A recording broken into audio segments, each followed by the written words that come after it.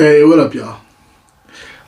Just want to come on camera really quick and tell you about some stuff I heard about today regarding the food industry. And so, since this is Food Week on my newsletter, on Grapes and Sand newsletter, I kind of want to share with you what I found out today. And it was so random that I found out because we just happened to be dining in this establishment. Today, we took our son. He has 3 days at daycare. And so this is one of the days that he wasn't at daycare.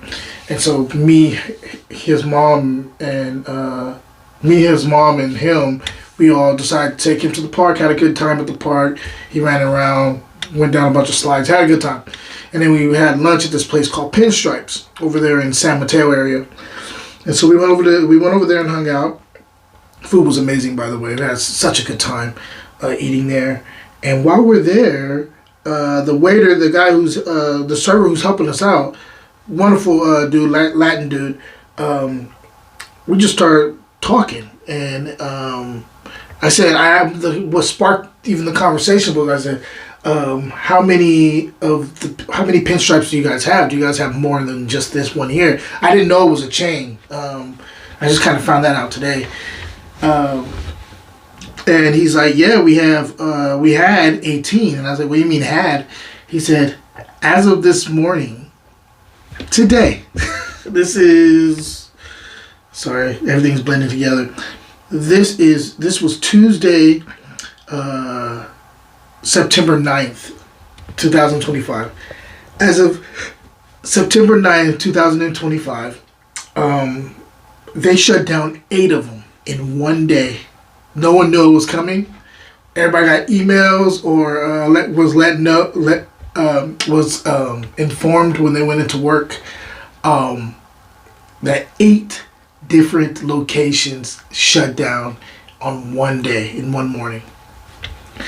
And so he's like, I'm looking at his face, and I'm in this industry too, but I'm in the wine side, I'm not in the food side, but we're all brothers and sisters, And so he's like, yeah. So that's what we found out today. He's all so 8 of them were closed. We're not closed yet, so there's 10 of us left. There's 10 restaurants left. He said on top of that, he said our chef, our main chef, was let go too today. And he didn't see it coming either. Executive chef. And so I say all that to say this. If you're in the restaurant industry, we've been feeling it too on the wine side. If you're in the restaurant industry, you got a few things you got to figure out, because I don't know when this is gonna stop. This is coming down from way up high, and I feel like we all got to kind of start planning for the future of this industry. And what I mean by that, what I'm gonna recommend is, if you are a person who's a server, been serving at restaurants for years, you need to diversify. If you want to stay in that part of it, you need to learn more about wine. You need to learn more about maybe even the structure of the restaurant, so maybe that you can gain more ground, maybe get promoted to manager or whatever, where it's a little bit harder for them to let you go, some salaried. That doesn't mean it's going to be harder for them to let you go. I'm just saying, but let's live in the dream for a second. Yeah, learn more about maybe the procedures and how everything gets done, orders, operations there. So maybe you can step up that way, or get into the wine side, learn more about wine. There's a lot of wine books you can get knowledge from. You could go to my book, Fruit and Glass, Wine Myths, Facts and Opinions, available on Amazon. You could go to, there's a number, Wine Folly is a great one too. So you should learn about wine, so maybe that you can have something else to bring to the table when they're out there trying to hire, if you get let go of your job.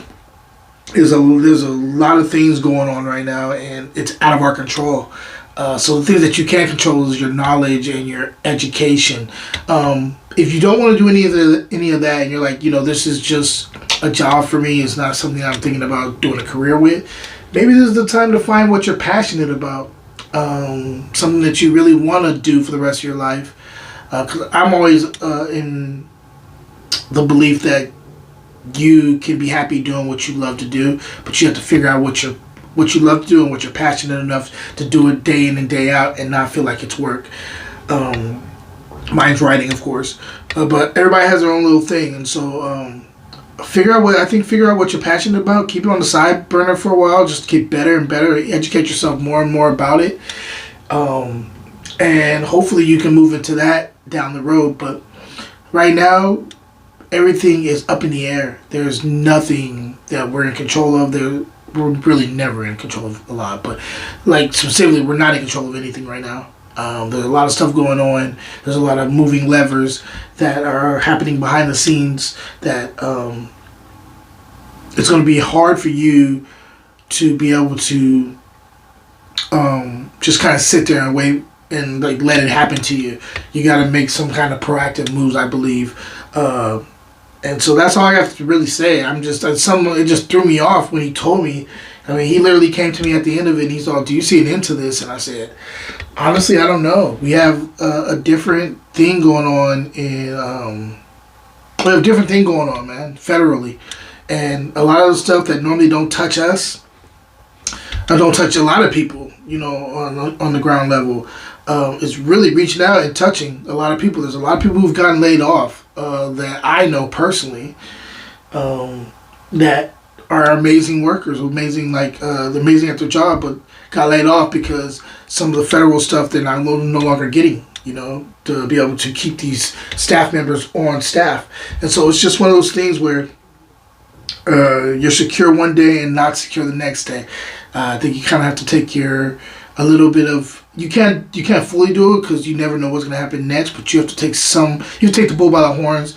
You have to take a little bit of like your future in your hands and just start educating yourself as much as you can. And you gotta be patient with yourself and not to be too hard on yourself, because this is not your fault. This is really not your fault. This is what's going on right now outside of you. And it's like that thing that they always say when you are an alcoholic or you're like in one of the programs. God grant me the ability to accept the things that I cannot change, and I'm not in control of. So something to think about. And that's all I kind of want to come on and tell you guys. It's something that was on my heart, and I was like, man, this is crazy. So I wanted to share it with you guys. But anyway, until next one, cheers.